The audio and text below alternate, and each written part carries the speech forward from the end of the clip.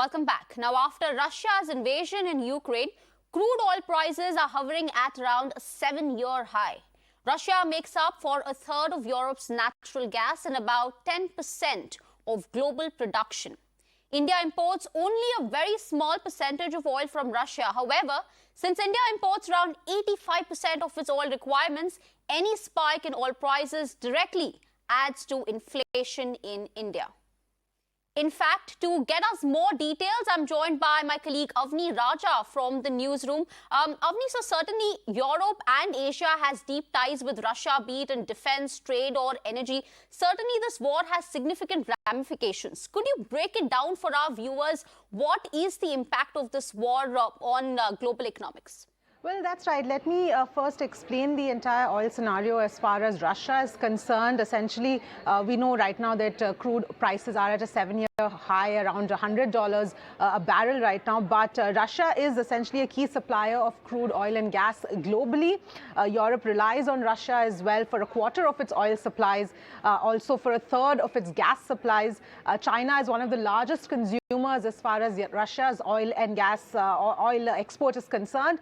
China also imports about 31% of Russian oil.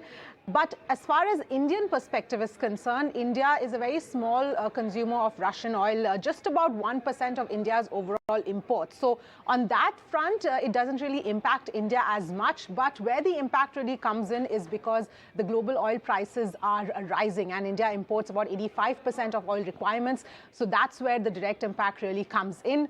Now, in terms of the actual, numbers as to how much it is, the impact could likely be when we talk about a 10% increase in crude oil prices globally. It essentially translates to about 0.5% increase in retail inflation and about a 1% increase in wholesale inflation. Even in fact, going forward, we are expecting to see a spike in both fuel, petrol as well as diesel prices. Right now, of course, elections are happening, so the prices haven't yet gone up, but that is going to happen once the elections get over. In fact, even CNG prices are expected to see a spike as well. So all in all, it is going to impact us. And as far as fuel is concerned, once the fuel prices rise, automatically all the other prices as far as transport, the other commodities, vegetables, fruits, all of that does tend to see a rise as well. So this is going to hit us going forward, Shalini.